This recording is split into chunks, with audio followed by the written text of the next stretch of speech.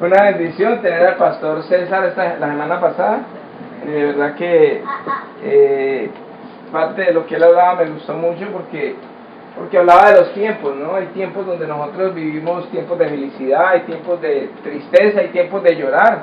Y dice, ¿por qué no llorar? Y los hombres también. Los hombres también lloran. Y los ricos también lloran. ¿Eh? Esmeralda también llora.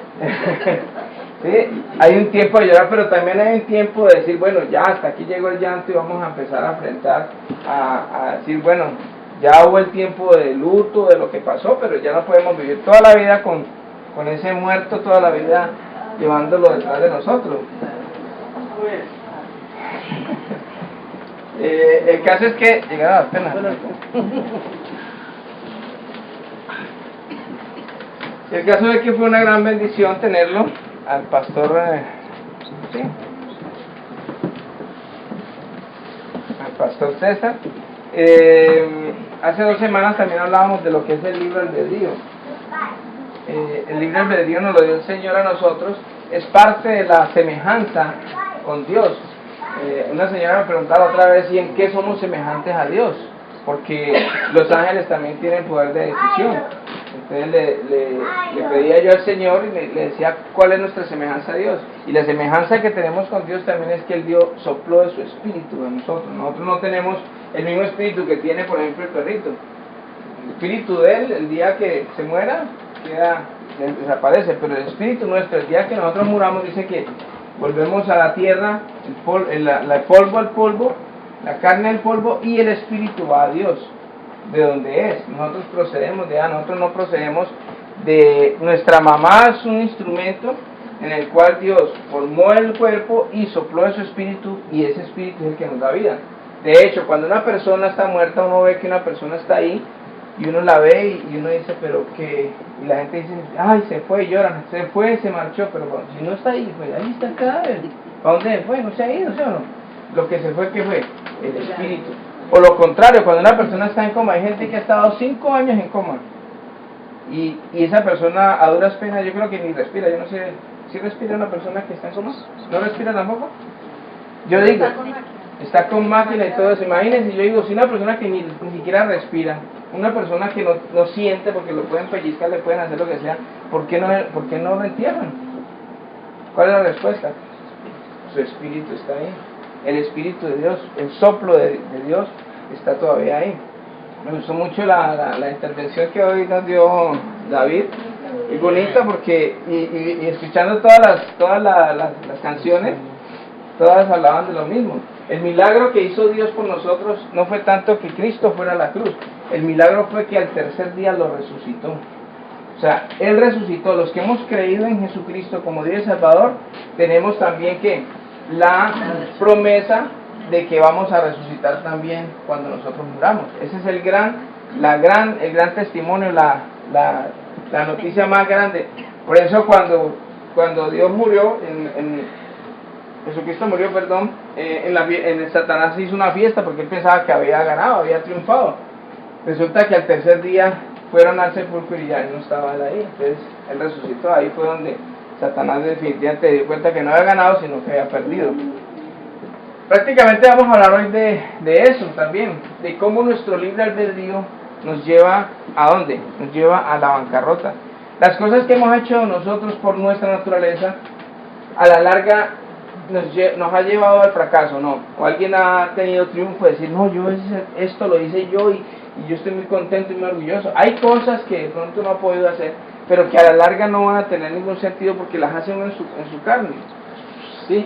De una u otra manera, nosotros fracasamos cuando tratamos de hacer las cosas en nuestras fuerzas, ¿sí?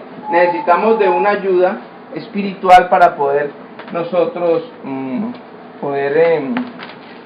poder salir adelante, ¿sí? Por eso coloqué esta canción de última, porque te dejo ganar es el nombre de la prédica también. Te dejo ganar, ¿a quién? Al Señor. Nosotros tenemos que llegar a un punto donde decimos, Señor, verdaderamente nosotros no podemos, nos quedó grande la vida, como hicimos las cosas.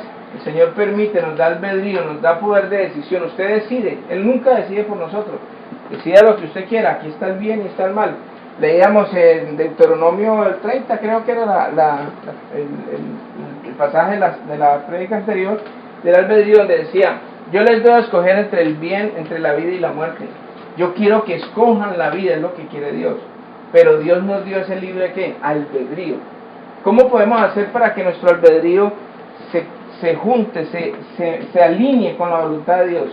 Para que nuestro albedrío no llegue al fracaso y no a la vida. Dice: escojan la vida.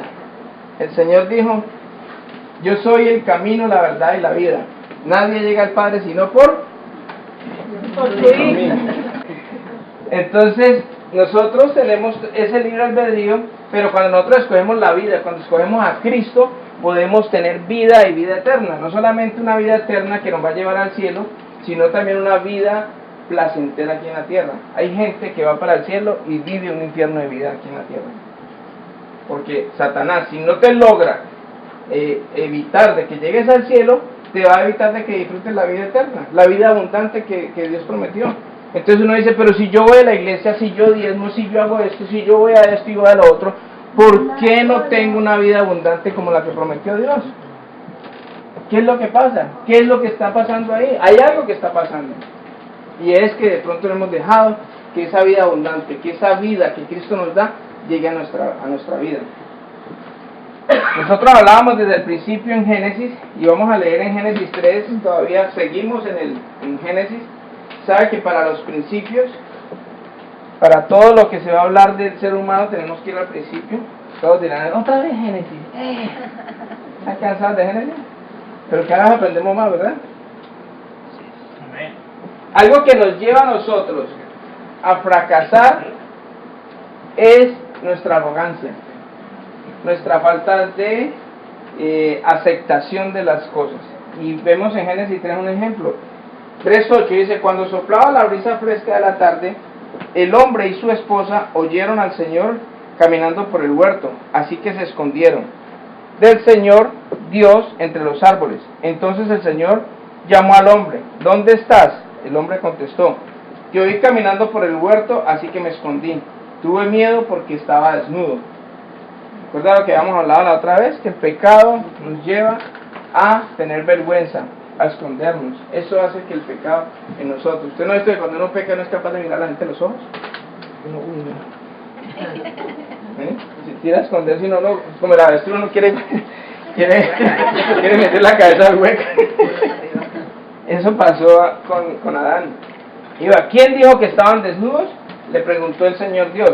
¿Acaso has comido del fruto que te ordené que no comieras? El hombre contestó: la mujer que me diste fue la que me dio el fruto. Amén. Amén. ¿La culpa de quién fue? La mujer. ¿Sí? Entonces le dicen a la mujer. El hombre la descuidó. Amén. Allá vamos. La mujer que tú me diste fue la que me dio el fruto y yo lo comí. Entonces el Señor le preguntó a la mujer: mujer, ¿qué has hecho? La mujer, dice la mujer: la serpiente me engañó, contestó ella, por eso comí. O sea que el hombre le echa la culpa a la mujer le echa la culpa a la serpiente, y la serpiente, ¿quién sabe a quién le había echado la culpa? Feliz. Feliz ella. Se salió de la suya. ¿Sí? El primer problema que el ser humano tiene desde las raíces es la excusitis aguda. En psicología, la psicóloga lo llaman proyección de culpa, ¿verdad? Proyectar la culpa nuestra en otras personas. Es muy fácil cuando yo he fracasado decir: no, la culpa no fue mía, ella.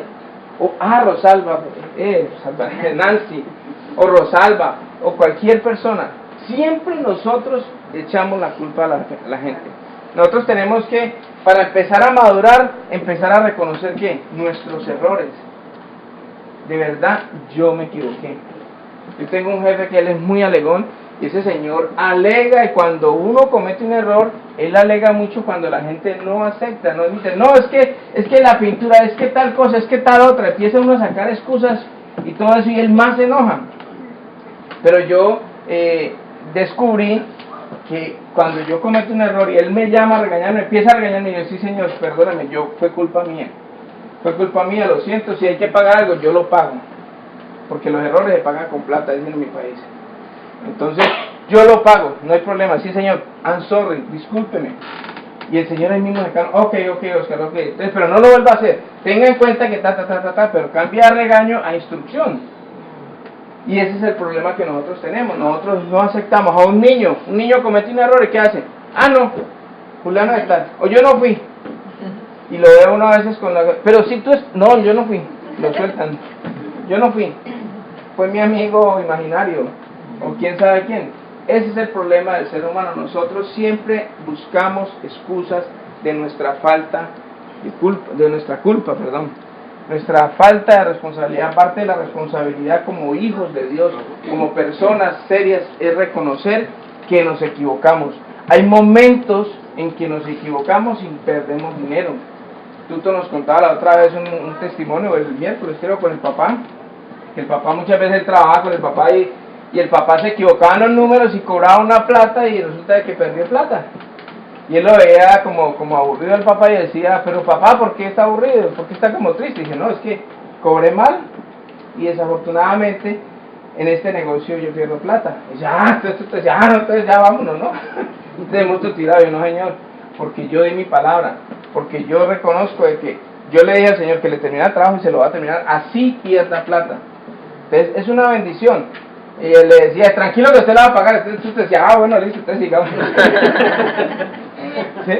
Entonces esa es la responsabilidad que nosotros tenemos que empezar a enfrentar. Nosotros ya somos hijos de Dios, somos personas que sabemos que cometemos errores, nosotros no somos perfectos. El problema de nosotros es que nosotros creemos que somos perfectos, nuestro orgullo, nuestra vanidad no nos deja reconocer que cometemos errores, que nosotros no somos infalibles, nosotros somos seres humanos, todo ser humano comete error, que desafortunadamente uno no quiere reconocer los errores porque es como humillarse en ese momento y reconocer que lo ha fallado, y nadie quiere reconocer sus errores, ¿o sí? Es duro, pero es parte del crecimiento que los seres humanos tenemos para poder crecer, para poder empezar a dar pasitos de fe, para que dar pasitos de bebé espiritual. ¿Sí? Cuando nosotros empezamos a caminar en el Señor, nosotros somos bebés espirituales. Entonces, cuando empezamos como a caminar así, es cuando empezamos a reconocer nuestra culpa. Es el primer paso. Reconocer que fallamos. Reconocer. Cuando yo le reconozco a mi esposa, muchas veces mi esposa no se enojaba tanto por lo que yo hacía, sino porque no tenía los pantalones de reconocer lo que había hecho. Cuando yo tuve los pantalones, ¿y sabe qué? Perdóneme, fallé, hice esto. Es más, eso me da a mí una ¿cómo se dice? Como después, como autoridad, pero después, ¿no? A los tiempos que lo reconoce, así mi esposo, güey. Al principio no le da autoridad, le dio rabia, pero el aceptar, tener los pantalones de aceptar de que fallamos, eso es de hombres, decía mi papá. Cuando usted reconoce es de hombres, de varones, decir, sí, me equivoqué, perdóneme, no lo vuelvo a hacer, voy a tratar, ayúdeme. Sí, ayúdeme. Nosotros, Dios nos dio, en la otra prédica que hablábamos de la mujer, de la ayuda idónea. Dios nos dio esta ayuda idónea, ¿para qué? Para que nos ayude. De decir, hombre, reconozco que ante Dios y ante usted que yo le fallé. Ayúdeme, tengo esta debilidad, tengo este problema, hay algo que no he podido superar, por favor, ayúdeme. No me deje solo, no haga esto, no haga lo otro, ayúdeme, soy una persona que también soy ser humano, yo no soy perfecto. Cuando nosotros nos ponemos en una posición, tanto Dios como mi esposa nos ayuda, ¿sí o no? Amén. Amén. Seguimos en Génesis 3, dice el 22. Luego el Señor Dios dijo, miren los seres humanos, se han vuelto como nosotros. Después de que pasó lo que hablamos ahorita para entrar aquí, vino lo que es la sentencia donde el Señor, como habían pecado, entonces a la serpiente le dijo que ya no iba a ser bonita como era, sino que ya se iba a arrastrar y que iba a comer polvo, y después le dijo al hombre que todo lo iba a conseguir. Anteriormente no era sino ir, voy a ir a largo, voy a traer la comida. Y ya, chévere, no había que trabajar, no pasaba rico. Pero ya después dijo, de ahora en adelante vas a conseguir el pan con el sudor de tu frente. Todo por Evita. Todo por Evita y por él, por haberse dejado llevar a lo que no tenía que hacer. Después le dijo a la mujer, parirás con sangre, parirás con dolor. El Señor le dijo, pagarás con sangre Entonces ella le dijo, ay Señor, ¿por qué es tan duro? Que no sé qué. Y le digo, ok, te lo voy a poner en modo y cascotas mensuales. Lo entendió. Lo entendió. No entendió que es el de la pregunta. Entonces después dijo, parirás con dolor. Entonces después vino eso y después el Señor tiene un diálogo entre la Trinidad, Padre, Hijo y Espíritu Santo. Y dice luego el Señor dijo, miren, los seres humanos, cuando dice miren, le estaba diciendo el Padre, al Hijo y al Espíritu Santo. Miren, los seres humanos se han vuelto como nosotros, con conocimiento del bien y del mal. ¿Y qué ocurrirá si toman el fruto del árbol de vida y lo comen?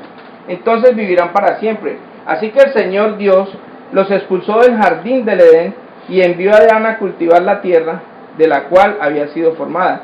Después de expulsarnos, el Señor Dios puso querubines poderosos al oriente del jardín del Edén y colocó una espada de fuego ardiente que destellaba al moverse de un lado para otro, a fin de custodiar el camino hacia el árbol de la vida.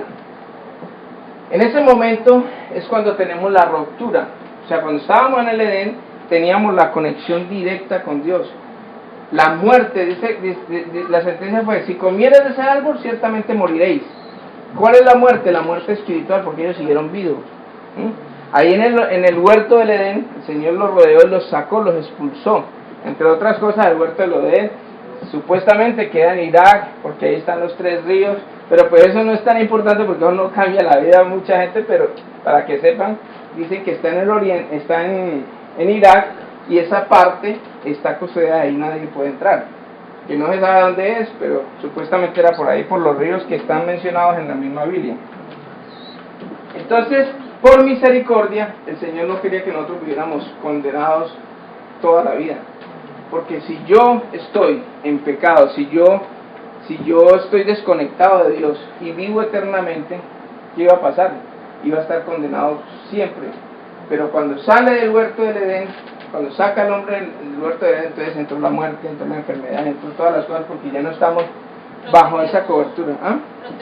Ya no estamos en la protección de que teníamos en el huerto del Edén. Entonces, ¿qué pasó? Dice, ya van a ser como nosotros, conocen el bien y el mal. El Señor, ¿qué quería? Que nosotros no conociéramos el bien y el mal. ¿Por qué? Porque Él quería ser la persona que nos guiaba. Quería decir, ustedes van a hacer esto, Señor, voy a hacer esto, ¿qué será lo mejor?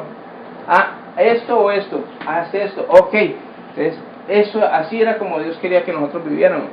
Desafortunadamente, cuando pecamos, desobedecimos, salimos del huerto del Edén y morimos espiritualmente. Por eso es que la descendencia, cada persona, cuando nace un bebé, nace con el pecado original. ¿Cuál es el pecado original? Está separado de Dios. En ese momento, él no tiene ninguna conexión con Dios. Hasta que ellos reciban a Jesucristo como Dios y Salvador, van a poder tener esa conexión con Dios y poder vivir como en el principio, en el paraíso. Por eso es que cuando yo recibo a Dios como Señor y Salvador y empiezo a vivir como Él dice que viva, empezamos a vivir un paraíso en nuestro hogar, en nuestra empresa. Empecemos a vivir como el Edén, porque está Dios dirigiendo nuestra vida. Muchas veces nosotros dejamos que Dios entre a nuestra vida, pero no lo dejamos y no hacemos lo que nos dice. Entonces, es como cuando yo iba del médico y la doctora me dice, mire, tómese estas pastillas para que usted ese reflujo se le quite. Pero si yo nunca lo hago, ¿será que me aliviaré?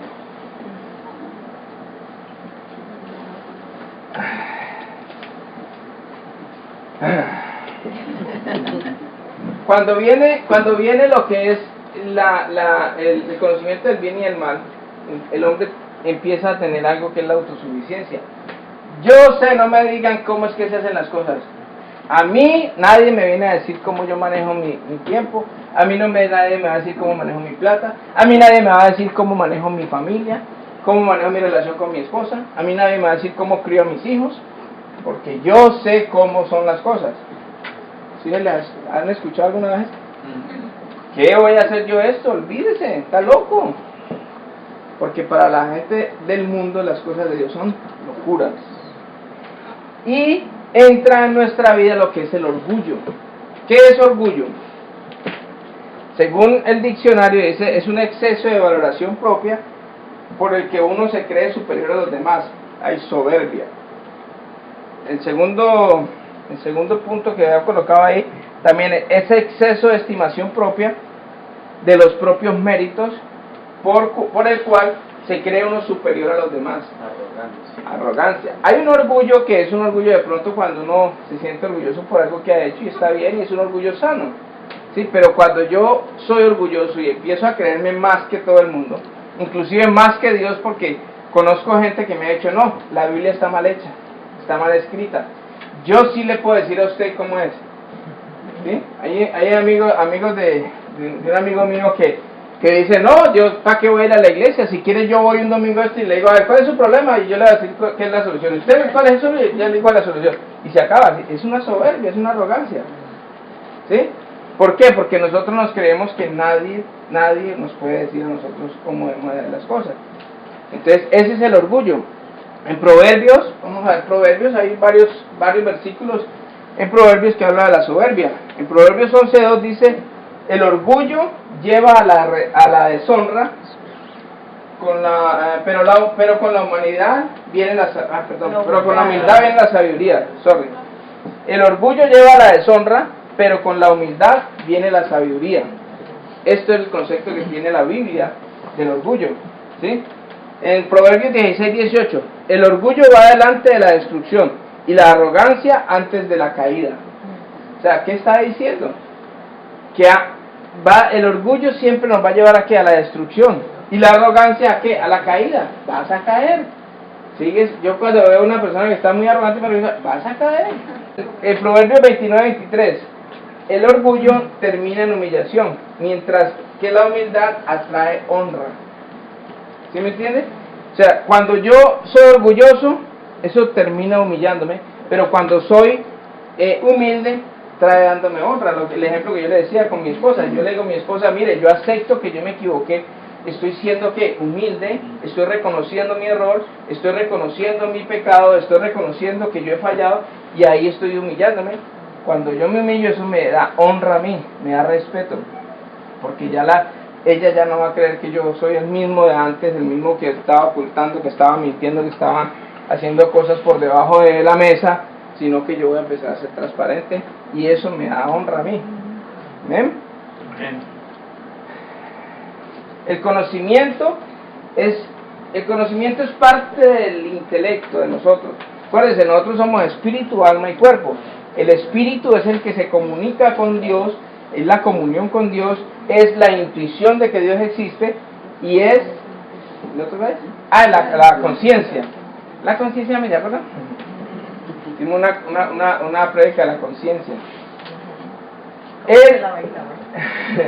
La conciencia me dice que la debo olvidar, y el corazón me dice que no puedo.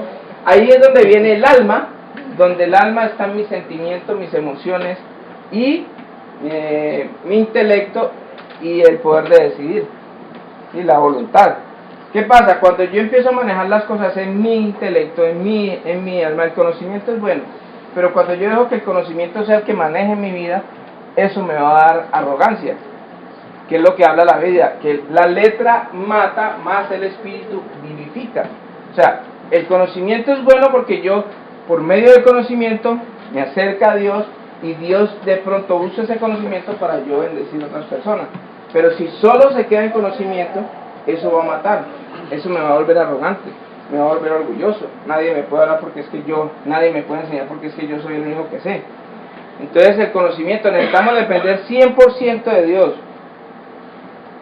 Para poder nosotros empezar a hacer nuestra vida, una vida como Dios la quiere, tenemos que empezar con arrepentimiento. Arrepentidos. Dice en Mateo 3:2, dice, ¿dónde está? Ahí no está, ¿no? Dice la ayuda del Espíritu Santo. Lo primero que debemos hacer es arrepentirnos, tanto como Juan el Bautista en el Mateo 3:2, como Jesucristo empezaron a predicar del arrepentimiento. ¿Ustedes se acuerdan de Juan el Bautista? Él empezó arrepentidos. Si pueden mirar en Juan 3, en el capítulo 2, arrepentidos que el reino de Dios está cerca. Arrepentidos. Sin arrepentimiento no hay no hay forma de que nosotros podamos llegar a salvarnos. En Mateo 4, el Señor cuando comienza su ministerio, dice, Mateo 4:12, cuando Jesús oyó que habían arrestado a Juan, salió de Judea y regresó a Galilea. Primero fue a Nazaret, luego salió de allí y siguió hasta Capernaum, junto al mar de Galilea, en la región de Zabulón y Neftalí. Así se cumplió lo que Dios dijo por medio del profeta Isaías. En la tierra de Zabulón y Neftalí, junto al mar, más allá del río Jordán, en Galilea, donde viven tantos gentiles, la gente que estaba en la oscuridad ha visto la gran luz. Y para aquellos que vivan en la tierra donde la muerte arroja su sombra, ha brillado una luz. A partir de entonces Jesús comenzó a predicar: arrepiéntanse de sus pecados y vuélvanse a Dios, porque el reino de Dios está cerca. Una de las cosas que tenemos que tener en cuenta hoy, el Señor me hablaba: primero, aceptar nuestra responsabilidad, nuestra culpa en las cosas que hacemos.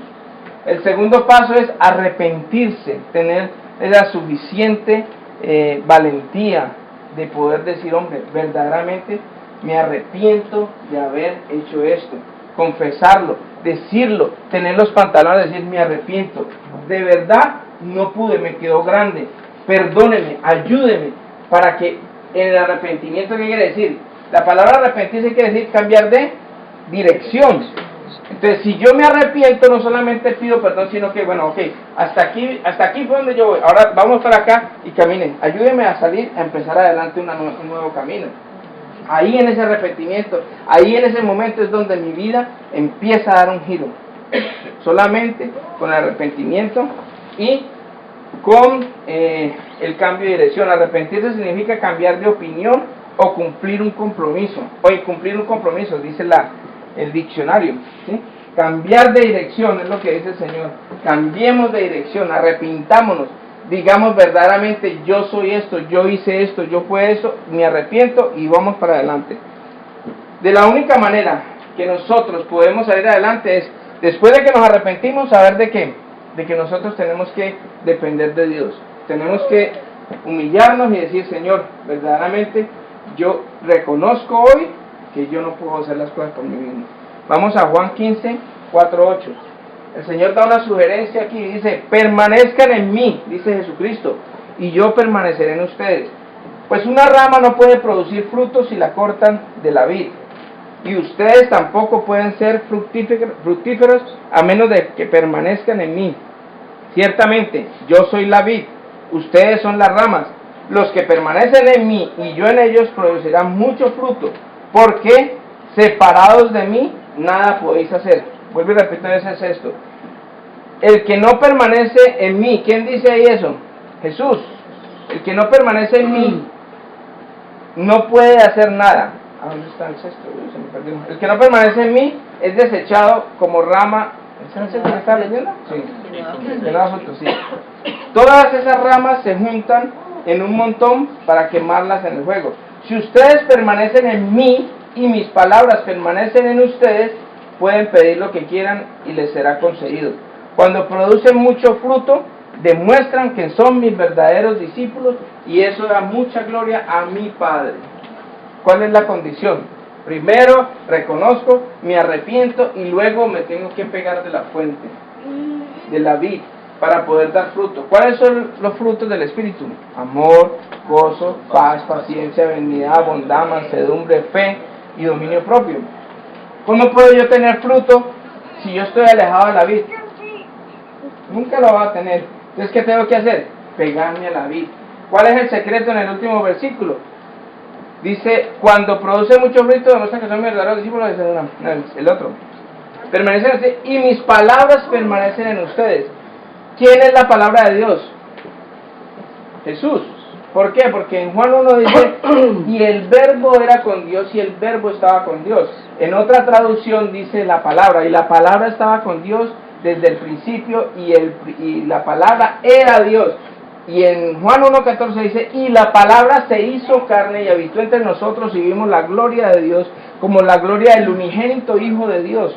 O sea que la palabra, la Biblia, se hizo carne en Jesucristo y vivió y habitó entre nosotros. Entonces, ¿qué hago yo para pegarme a la vid? empezar a ¿qué? A digerir palabra, a leer, a meditar, a escuchar la palabra. ¿Sí? La fe viene por el oír, y el oír que la palabra de Dios. Compren los CDs, también es bueno la palabra de Dios. Cuando yo empiezo a digerir la palabra de Dios, empiezo a decir los dichos de Dios, porque mi intelecto y mi mente se empieza a renovar y empiezo a sacar la basura que tenía antes y empiezo a rellenarla ¿con qué? Con la palabra de Dios. Entonces cuando yo voy a hacer una cosa, ya no la voy a hacer como yo digo, como la hacía antes, sino que ya digo, Señor, yo ya me arrepentí, ya necesito hacer, ¿qué debo hacer en esta situación? Entonces el Señor, cuando uno lee la palabra, dice, wow, me dio la respuesta. ¿A alguien le ha pasado eso? Sí. Que uno está pensando en algo, ¿qué será? ¿Qué será?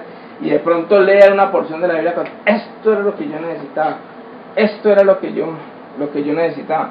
Porque Dios empieza a decirle, y cuando Dios me dice, así parezca absurdo, así parezca descabellado y loco, pues yo me voy por aquí. ¿Por qué? Pero está loco, eso no, yo lo hago. ¿Por qué? Porque la palabra lo dice, porque tengo el respaldo, y si me equivoco, bueno, sabrá el Señor por qué lo dice. ¿Sí o no? Ese es mi respaldo. Amén. Ok, vamos al otro versículo. Que sigue para nosotros. Ok. Dice el Señor, bienaventurados los pobres de espíritu, porque de ellos es el reino de los cielos, en Mateo 5:3. ¿Qué es un pobre de espíritu? Es una persona que verdaderamente, un pobre de espíritu, una persona que acepta que necesita a Dios. Que necesita a Dios. Un pobre de espíritu, eso, bienaventurado el pobre de espíritu. ¿Sabe por qué bienaventurado? Porque esa persona, como no puede vivir sin Dios, como necesita de Dios, entonces dice, Señor, que se haga tu voluntad. Que se hagan las cosas como, así no parezcan, así sea lo más difícil. Entonces, bienaventurados. Los pobres de espíritu son aquellos que reconocen su total bancarrota espiritual y su habilidad para vivir, para venir a Dios a Dios aparte de su divina gracia. ¿Sí entendió o no? Bueno, amén. Yo tampoco. Otro problema que tenemos los cristianos es que cuando ya aceptamos la bancarrota, cuando ya decidimos de que definitivamente Dios tiene la razón, de que ya nos quedó grande, de que ahora sí vamos a vivir con Dios, pasa algo también, que nosotros empezamos a querer darle órdenes a Dios. Ya soy cristiano, ya nací de nuevo, pero entonces, ¿por qué no lo hacemos así de esta manera? Mire, es que yo soy muy inteligente, mire, es que hagámoslo así, espera y verá. Pasó en Segunda de Reyes 5, ya para terminar, hay una historia de un capitán del ejército que llamaba Naamán, era sirio. Dice en el 5:1, Segunda de Reyes 5:1, ¿lo tienen? Amén. Okay. El rey de Aram sentía una gran admiración por Naamán, el comandante del ejército, porque el Señor había dado importante victoria a Aram por medio de él. Pero a pesar de ser un poderoso guerrero, Naamán padecía de lepra. En ese tiempo, los saqueros arameos habían invadido la tierra de Israel, y entre sus cautivos se encontraba una muchacha a quien habían entregado a la esposa de Naamán como criada. Cierto día la muchacha le dijo a su señora, si mi amo tan solo fuera a ver el profeta de Samaria, lo sanaría de su lepra. Entonces Naamán le contó al rey lo que había dicho la jovencita israelita. Ve a visitar el profeta, le dijo el rey de Aram. Te daré una carta de presentación para que se la lleves al rey de Israel. Entonces Naamán emprendió viaje y llevaba regalos, 300 kilos de plata, 68 kilos de oro y 10 mudas de ropa. La carta para el rey de Israel decía, mediante esta carta presento a mi siervo Naamán, quiero que lo sanes de su lepra. Cuando el rey de Israel leyó la carta, horrorizado, rasgó sus vestiduras y dijo, este hombre me manda a un leproso para que lo sane. ¿Acaso soy Dios para quitársela? ¿Para darle vida y quitarla? Creo que solo busca pelear conmigo. Sin embargo, cuando Eliseo, hombre de Dios, supo que el rey de Israel había rasgado sus vestiduras en señal de aflicción, le envió este mensaje: ¿por qué estás tan disgustado? Envíame a Naamán, así sabrá que hay verdadero profeta en Israel. Entonces Naamán fue con sus caballos y sus carros de guerra y esperó frente a la puerta de la casa de Eliseo. Pero Eliseo le mandó a decir mediante un mensajero: ve y lávate 7 veces al río de Jordán, entonces tu piel quedará restaurada y te sanará la lepra. Naamán se enojó mucho y se fue muy ofendido. Yo creía que el profeta iba a salir a recibirme, dijo. Esperaba que él moviera su mano sobre la lepra, invocara el nombre del Señor su Dios y me sanara. ¿Acaso los ríos de Damasco y Albana y el Farfán no son mejores que cualquier río de Israel? ¿Por qué no puedo lavarme en uno de ellos y sanarme? Así que Naamán dio media vuelta y salió enfurecido. Sus oficiales trataron de hacerle entrar en razón y le dijeron: Señor, si el profeta hubiera pedido que hiciera algo muy difícil, ¿usted no lo habría hecho? Así que en verdad debería obedecerlo cuando sencillamente le dice: lávate y te curarás. Entonces Naamán bajó al río Jordán y se sumergió 7 veces tal como el hombre de Dios le había indicado, y su piel quedó tan sana como la de un niño y se curó. Después Naamán y todo su grupo regresaron a buscar al hombre de Dios, se pararon ante él, Naamán, y le dijo: ahora sé que hay Dios en todo el mundo, que no hay Dios en todo el mundo excepto en Israel. Así que le ruego acepte un regalo de su siervo. Pero Eliseo respondió: tan cierto como el Señor vive, a quien yo sirvo, no aceptaré ningún regalo. Aunque Naamán insistió en que aceptara el regalo, Eliseo se negó. Entonces Naamán le dijo: está bien, pero permítame un favor, cargar 2 de mis mulas con tierra a este lugar y las llevaré a mi casa. A partir de ahora, nunca más presentaré ofrendas quemadas o sacrificios a ningún otro Dios que no sea el Señor. Sin embargo, que el Señor me perdone en una sola cosa. Cuando mi amo, el rey, vaya al templo del dios Rimón para rendirle culto y se apoye en mi brazo, que el Señor me perdone cuando yo también me incline. Ve en paz, dijo Eliseo. Así que Naamán emprendió regreso a su casa. ¿Habían escuchado esta historia? ¿Sí? Es una historia bien bonita y es algo que se asemeja mucho a lo que nos pasa hoy.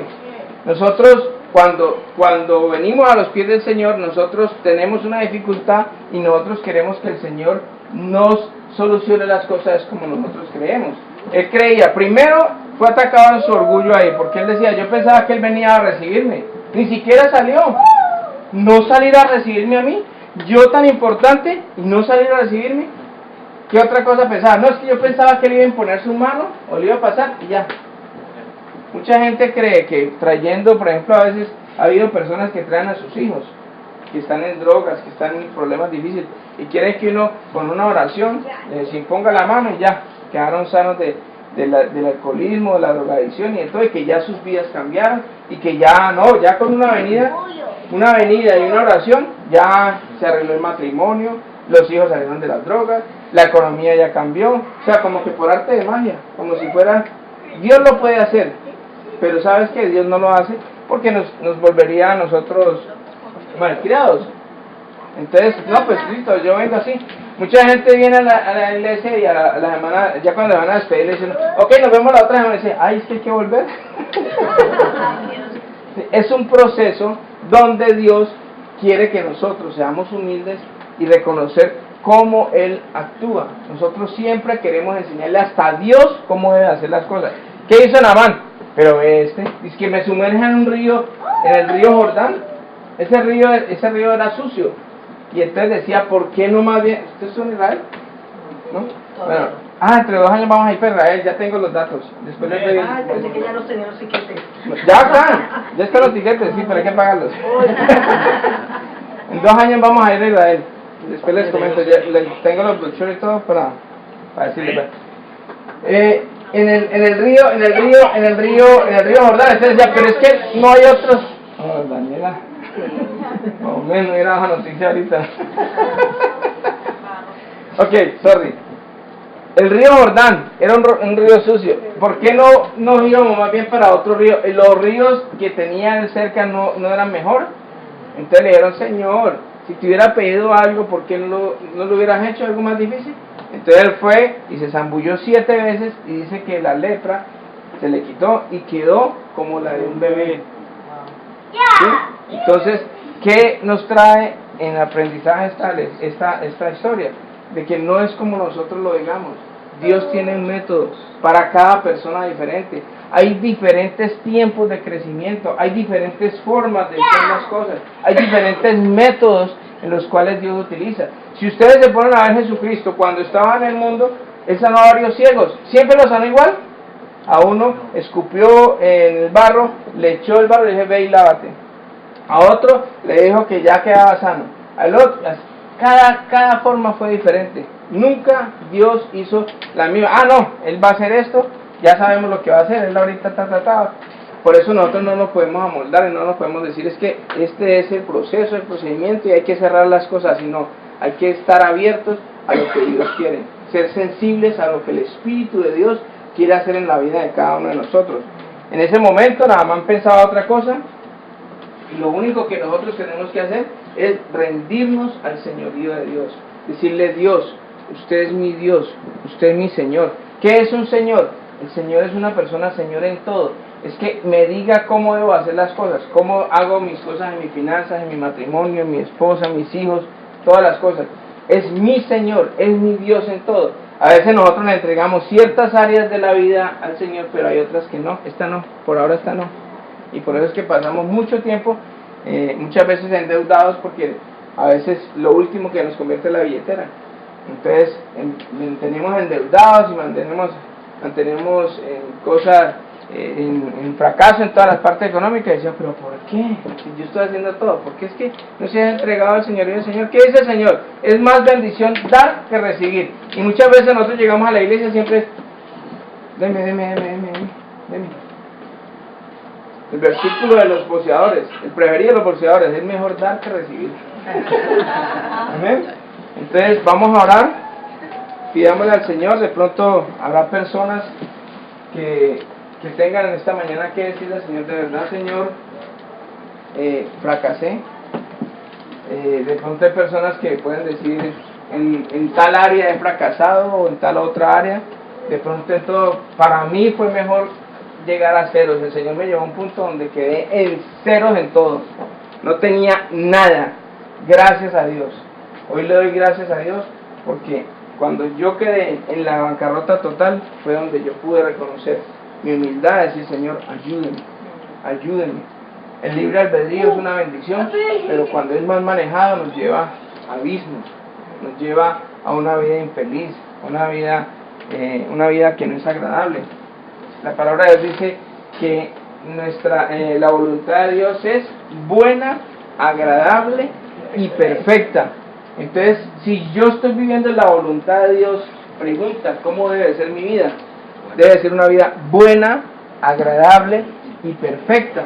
Que tenemos problemas, tenemos situaciones, tenemos dificultades, sí, pero es muy diferente enfrentar la vida con una persona al lado de nosotros que nos está resguardando en todo momento y decirle, Señor, ayúdeme, para que todo lo que hagamos lo hagamos en forma, a su manera y no a mi manera. En mi manera tengo que reconocer que soy un fracaso. Yo les digo a ustedes la verdad, yo soy un fracaso. Yo cuando predico aquí, yo predico es prácticamente con temor y temblor, porque yo digo, Señor, yo no puedo hacer esto, pero la fortaleza de Él me hace que saque las cosas que digo. Muchas veces yo tengo que escuchar las prédicas, casi siempre las escucho 1 y 2 veces, porque yo empiezo a escribir cosas, y como, Omar, pero ya se forma todo cuando estoy aquí. Y cuando ya se forma es cuando el Señor digo, wow, esto no lo tenía yo pensado, esto, qué bendición, fue algo espontáneo. No es espontáneo, sino que el Espíritu Santo en el Antiguo, yo siempre me dispongo, Señor, úsame. Porque cuando yo me crea que no, que yo ya me la sé, ya hice la predica, sí, yo la predica la tengo, vengo a darles cátedra, y eso no sirve para nada, eso no transforma a nadie, eso lo único que hace es hacer daño, porque lo vuelve uno más arrogante. En la medida en que yo dependa más de Dios, yo puedo decirle, Dios, ayúdame en las cosas, Dios se va a glorificar. El que quiera ser exaltado, que se humille primero. El que se humille será exaltado y el que se ensalte será humillado. Porque las cosas que con Dios son así. Lo más detestable para Dios es el orgullo y la arrogancia. Cuando nosotros nos creemos más que Él y que todo el mundo, es cuando Dios más se aleja de nosotros. O nos alejan o nosotros nos alejamos de Dios, porque Él siempre está ahí. Dice, yo estoy siempre en la puerta y llamo. Si alguien abre la puerta, entraré a Él y Él entrará. Y cenaré con Él y Él conmigo. O sea que yo soy el que me aleja de Dios. Y entre más arrogante estoy más lejos de la puerta para abrirla. Entonces, vamos a orar.